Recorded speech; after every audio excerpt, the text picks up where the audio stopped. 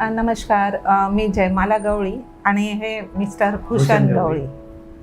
आम्ही आर्केड अर्थमध्ये 2 जुलैला राहायला आलो आहोत आणि इथला एक तर पावसाळ्याचे दिवस आणि त्यात आर्केड अर्थचं जे नेचर टू रूट हे जे ब्रीदवाक्य आहे, हा आम्ही अनुभव खरोखर घेतो आहोत इथे आल्यानंतर. आणि खूप प्रसन्न वातावरण आहे. कन्स्ट्रक्शन क्वालिटी, नंतर लेआउट, हे सगळं खूप मनाला ताजेतवाने करणारं आहे. एकंदरीत तू जे बोलली ते बरोबर योग्य आहे.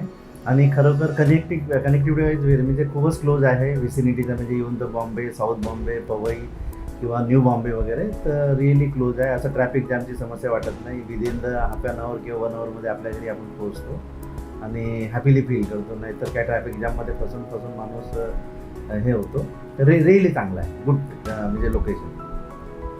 ॲक्च्युली आर्केड अर्थ ही आम्ही सेकंड प्रॉपर्टी बघितली होती. त्याआधी आम्ही मला वाटतं ठाण्याला पाहिलं होतं एक प्रोजेक्ट, आणि हा सेकंड पाहिला होता. त्यावेळेला आम्ही इथे आल्यानंतर पहिल्याच वेळेला मला असं वाटलं की अरे इथे मला फ्लॅट मिळाला तर किती छान होईल.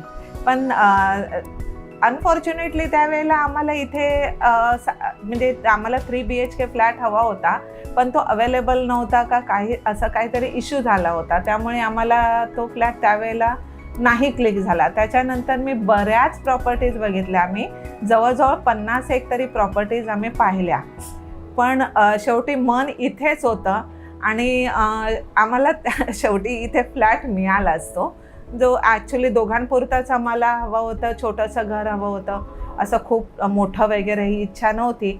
पण ज्या पद्धतीचा मला फ्लॅट हवा होता, तो मला इथे येऊनच माझं स्वप्न पूर्ण झालेलं आहे. लँड ओनरतर्फे घेताना जे त्रिवेणी कन्सल्टंट आहेत त्यांनी अप्रोच केल्यानंतर ते म्हणाले की चिंतनभाई ह्या लँड ओनर 30-70% आहे. 70% बिल्डरकडे आणि 30% यांच्याकडे. तर चिंतनभाईला जेव्हा भेटल्यानंतर मग माझा कॉन्फिडन्स वाटला आणि मग मी बुकिंग करून पुढे गेलो. आम्ही रजिस्ट्रेशन वगैरे करून आमचं सर्व व्यवस्थित झालं. मेन म्हणजे ॲक्च्युली आम्हाला लँड ओनरकडनं फ्लॅट मिळाला म्हणून जास्त बरं वाटतं, कारण ते मूळ जागाच त्यांची होती, त्यामुळे तो विश्वास तर होताच. डॉक्युमेंटेशनचा पार्ट सर्व जे काय OC वगैरे मी स्वतः बघितलेलं होतं. आणि बाकीचं जे त्यांचं जे ॲडव्होकेटचं जे सर्च रिपोर्ट होतं, कारण की बँकेला लोन लागताना सर्च रिपोर्ट वगैरे सर्व ओके होते आणि आम्ही SBIमधून लोन घेतलेलं आहे.